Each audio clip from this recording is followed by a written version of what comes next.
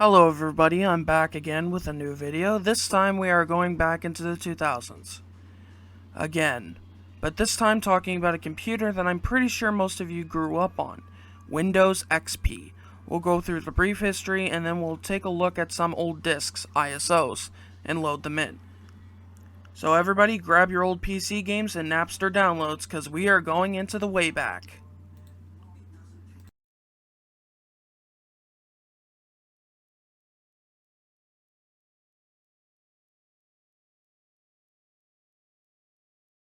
So, where do I begin? Well, Windows began as a little project in 1985 as Windows 1.0, which only had a word processor, Windows Paint, Windows Write, and so on.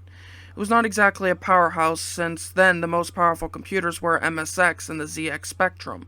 We then move on to Windows 2.0 and Windows 2.1x, which did have some new things such as the now more popular Excel and Word. Yes, it's been around since 1987 and 1989. Suck on that, Gen Z. Oh, shit. I'm Gen Z. Anyways, 3.0 came out in the 1990s, and it now has what we call virtual memory. Popularity was rising for Microsoft, and it was almost starting to become a household name. But after a couple of improvements to 3.0 and OS 2, he, the man himself, Bill Gates, made Windows 95, the operating system that would launch Microsoft out into the world. And with that, Windows 95 had so much more than the OG Windows, MS-DOS, floppy disks, etc., etc. Then, after a couple more upgrades, USB support, FAT32 file support, and so on, we get to 2001. Let's just skip Windows Millennial Edition because apparently that fucking sucked. Windows XP. Now, I grew up with this computer. It is my most favorite. I remember playing that Lion King game with Timon and his accomplice, Pumbaa. Early games were the best part of Windows XP. I liked the interface, the games, the paint. I remember playing Pluma at the zoo, for Christ's sakes. It was the bomb. Now, let's get into checking out Oddware.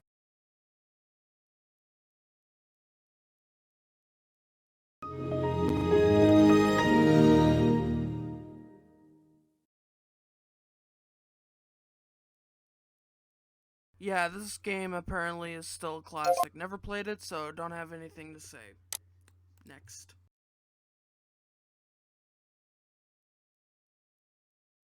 Another one of the classic games on the Cube.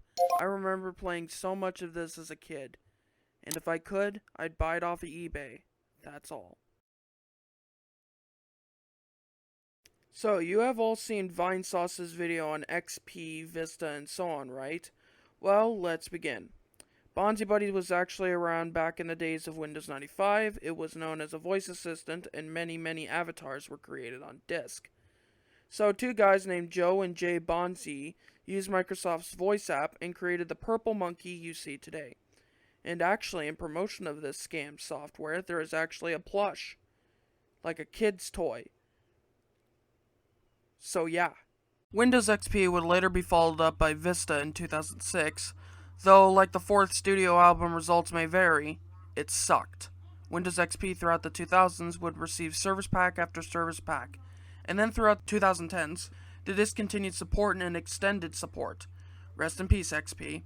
Anyways, this was a short video, but for the rest of this month I'll try and find some music to talk about. Peace.